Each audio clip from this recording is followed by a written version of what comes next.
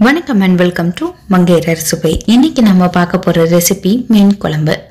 கத்திரிக்காய் முருங்கைக்காய் போட்டு எப்படி சூப்பரா ஒரு மீன் குழம்பு வைக்கலாம் அப்படின்னு தான் இந்த வீடியோல நான் உங்களுக்கு சொல்லி தர போறேன். வாங்க வீடியோக்குள்ள போலாம். ஒரு பாத்திரத்துல 2 குழிக்கரண்டி அளவு எண்ணெய் எடுத்துக்கோங்க. எண்ணெய் நல்லா சூடானோன்னா அரை பெரிய வெங்காயத்தை சேர்த்து வதக்கிக்கோங்க. சின்ன வெங்காயமா இருந்தா 10 இருந்து 15 தேவைப்படும்.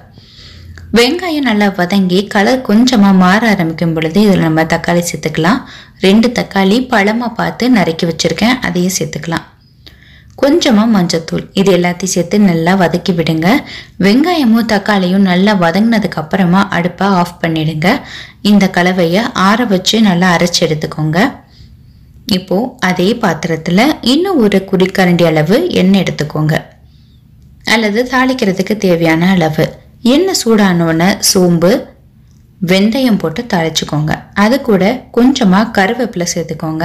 இப்போ இதுல நம்ம முருங்கைக்காய் கத்திரிக்காய்லாம் போட போறோம் இல்லையா, அந்த காய்கறிகளையும் வெட்டி சேர்த்துக்கலாம். அது கூட பச்சை மிளகாய் உங்க காரத்தை பொறுத்து 2 அல்லது 3 சேர்த்துக்கோங்க. இந்த எண்ணெயில இந்த காய்கறி எல்லாம் கொஞ்சம் வதங்கணும், அது மாதிரி நல்லா வதக்கி விட்டுக்கோங்க. ஓரளவு வெங்காயம் இந்த முருங்கைக்காய் வதங்கினதுக்கு அப்புறமா அரைச்சி வச்சிருக்கோம் அந்த பேஸ்ட்டை சேர்த்துக்கலாம். பேஸ்ட் ரொம்ப நைஸா அரைச்சிடக்கூடாது, ஓரளவு கொரகொரப்பா இருக்கணும், அப்பனாதான் குழம்பு நல்லா இருக்கும். இப்போ இதுல ஒரு எலுமிச்சம்பழம் அளவு புளி ஊற போட்டு வச்சிருக்கேன், அதையும் நல்லா கரைச்சு இந்த கலவையோட சேர்த்துக்கலாம். புளி தண்ணி சேர்த்ததுக்கு அப்புறமா நம்ம இந்த குழம்புக்கு தேவையான மசாலா எல்லாத்தையும் சேர்த்துடலாம். 1 ஸ்பூன் அளவு மிளகாய்த்தூள், உங்க காரத்தை பொறுத்து மாறுபடலாம். 1/2 ஸ்பூன் அளவு மல்லித்தூள், 1 ஸ்பூன் அளவு சீரகத்தூள், இது எல்லாத்தையும் சேர்த்து நல்லா கலந்து விட்டுருங்க. அடுப்பை இப்போ மீடியம் ஃப்ளேம்ல வச்சுக்கோங்க, அப்படி இல்லைன்னா அடிப்பிடிக்கும்.